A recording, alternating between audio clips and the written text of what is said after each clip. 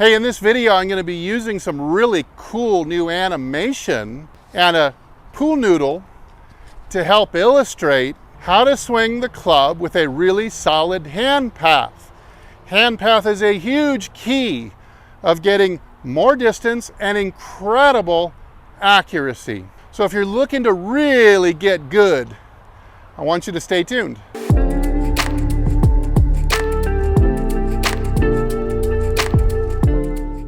Hey, this is Steve with HitItLonger.com. I continue on my journey to hit the ball longer and straighter than I ever have before.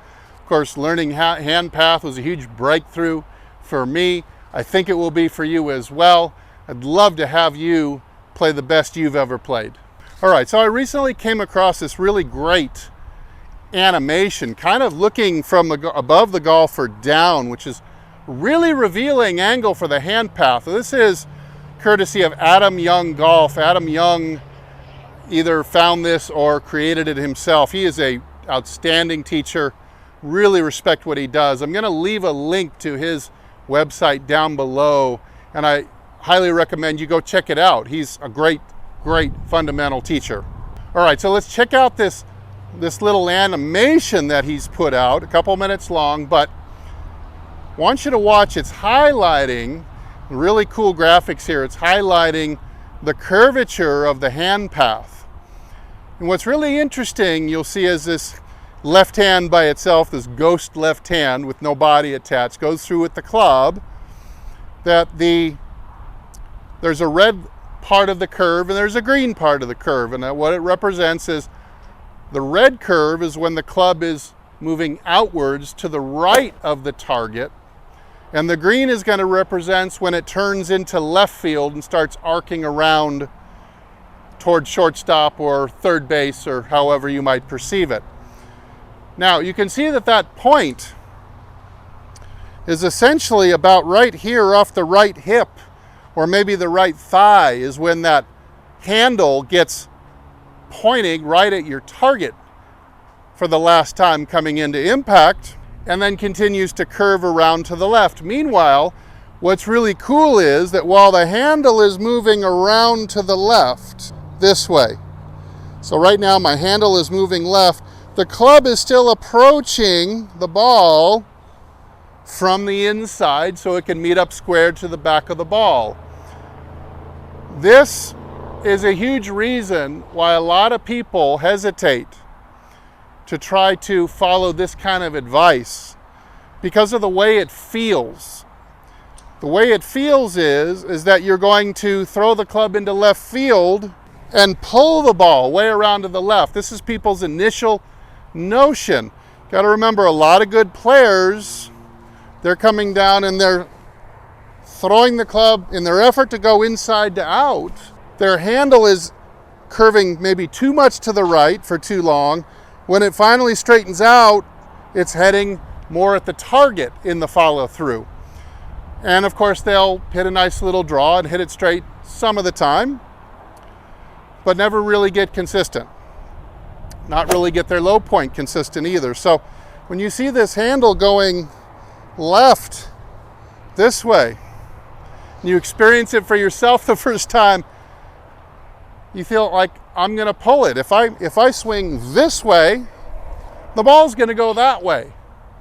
But that's not true, because you've caught the ball long before the head has gone that way. And secondly, the reason that you might pull it or pull hook it at first is because with your normal hand path, which would look like this. So if I was going to use the pool noodle to illustrate the hand path that you're seeing in that video, it looks something like this.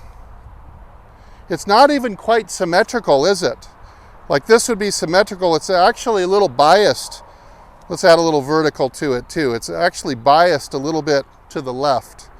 But for the first time, it turns to straight. It's right about my right knee, right thigh, right hip. Then it's coming around to the left. When you get this kind of curve, instead of going curve to straight like I'm showing here, I've got the back part of the hand path right, but I'm losing the curve, and I'm going linear with the hand path, and the hand path is going to exit at the at the target instead of around the circle. When you do this right for the first time, all of a sudden, the kick of the club head accelerating around the handle differently, this way, almost like a slap shot in hockey. This way, around to the left.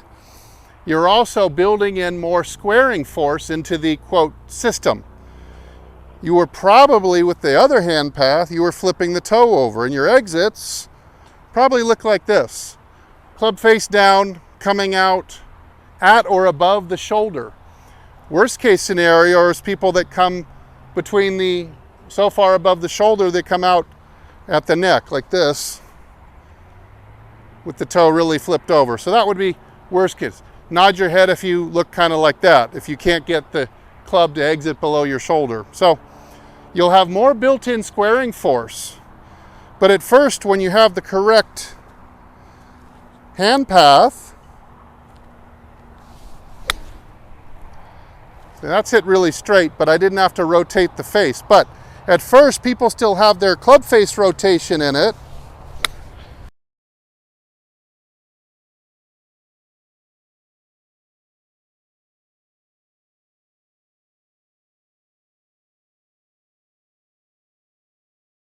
And so they hit a shot like that kind of pulls and hooks. They're still turning the shaft. It's no longer necessary. We've replaced this squaring force, twisting the shaft. You can see that how easily this makes the club go from too open to closed. Well, I won't miss it right, will I? Unless I mistime this, which will probably happen on a key hole in the club championship and really get you. So once you have that hand path curving as the animation is showing you, you won't have to twist the shaft at all. You'll just go through and you're going to exit more like this, with the club face back at the camera, coming out more at the bottom of my left sleeve or just below my armpit. So that's what we're looking for. The coolest thing about this is how, remember that the handle is first, the club head is trailing. Think of it as a large pickup truck pulling a boat, or a water ski boat pulling a skier, and here's the tow rope. So if the boat turns left, the skier is going to speed up and pass the boat. If the boat turns left and keeps turning left, the skier goes and really accelerates. In this case, it'll also provide squaring force because it's catching up in time. It doesn't look like this 6 inches from impact. It looks like that instead. And so you can go right on through. The club face is already square just before impact to the target, and you don't have to do anything with it. So really big advantage under pressure to being able to eliminate some of the excess face or rate of closure, you might say. So take one look at the animation again. I just think this is so cool. How red turns to green. Long before the club gets to the ball, you're really arcing around with the handle. The head is just zapping from the inside, starting to respond to the curve of the handle and kick. Start to accelerate like the water skier. Accelerate, go around the circle, and come right in from the inside to square. Let's look at one more, or a couple more hand path errors that people make that are very common. So this one is pretty typical of someone who's a decent golfer. Single digit, got some power, got some control issues. I'm coming in the slot nicely here, but I'm not going back around to the left. It's usually accompanied by a loss of posture, a very tall shaft at impact, very flat, maybe under the plane here, tall into impact. That's this style. You also have another one that where the noodle's not going to curve very much, and that's your typical over the top steep. Now, my exit's great.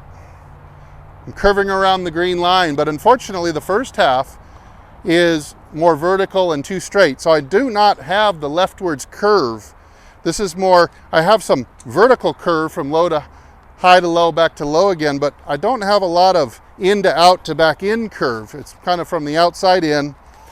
And this is mostly what's responsible for a slicer's slice.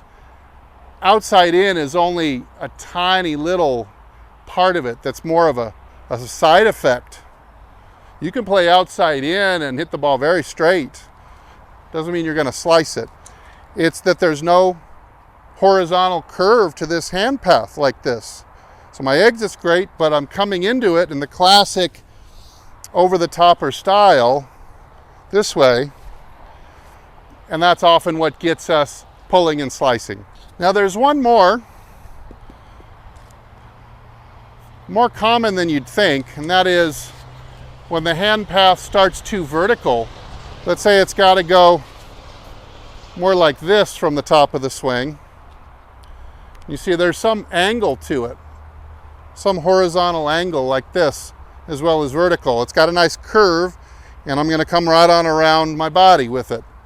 But if the first move is vertical like this, it means the next move, otherwise I have to change the trajectory. If I start the club down towards my toes like this, the shaft will tend to tip upwards and get too steep. But now late, I'm going to have to go find the ball again. I'm not on a collision course with the ball anymore. I'm going to have to go out to it again. So you'll get steep early,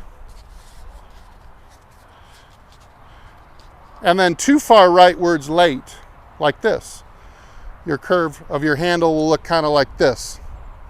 So too steep and behind me early, the elbow will get stuck behind you. Get back on a collision course with the ball, and if your curve ends up looking like this, you're going to be steep early and then stuck late like this.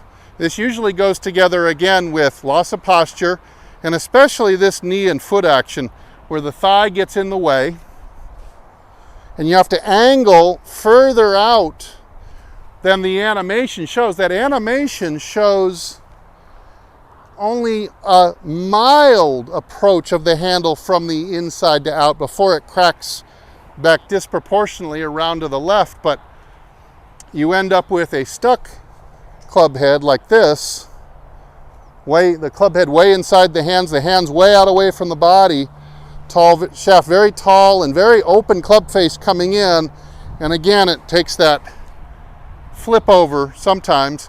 However, some people, they try to bring it back around to the left, but the damage is already done. It's like going around a track at Indy 500 and you're trying to stay in the middle of the track. That's good. In this one though, you've drifted up the track, you've got to oversteer, lose speed, lose control of the car. We're here. The damage is already done. I might make a beautiful exit from here, but I'm always behind the curve coming into the ball. I can never quite make the head get around in time, no matter how much I try to correct. So follow that animation where that club comes in, just like you're seeing the golfer coming in pretty close to the thigh here with the butt staying back and then coming right on around the corner. Just make a small one like that. Be able to see what that looks like.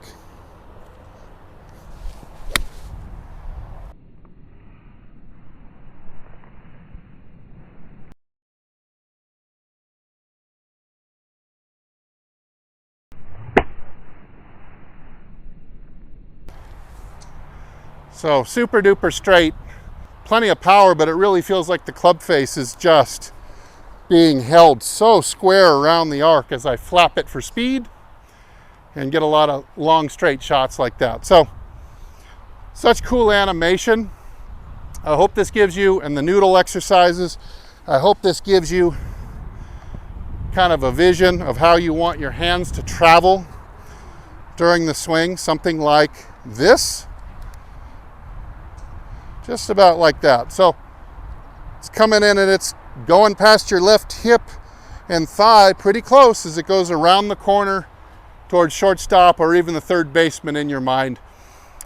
When you can get an exit like that, coming in shallow from the inside, you can really knock it out there long and straight. I'll do some more videos down this. Let me know what you'd like to see down in the comments regarding this. If you have any questions, I'd be happy to do another video clarifying any thoughts you might have. In the meantime, thanks so much for watching. I'm Steve. As usual, I'll either see you in the next video or I'll see you longer and straighter down the fairway. Everybody take good care.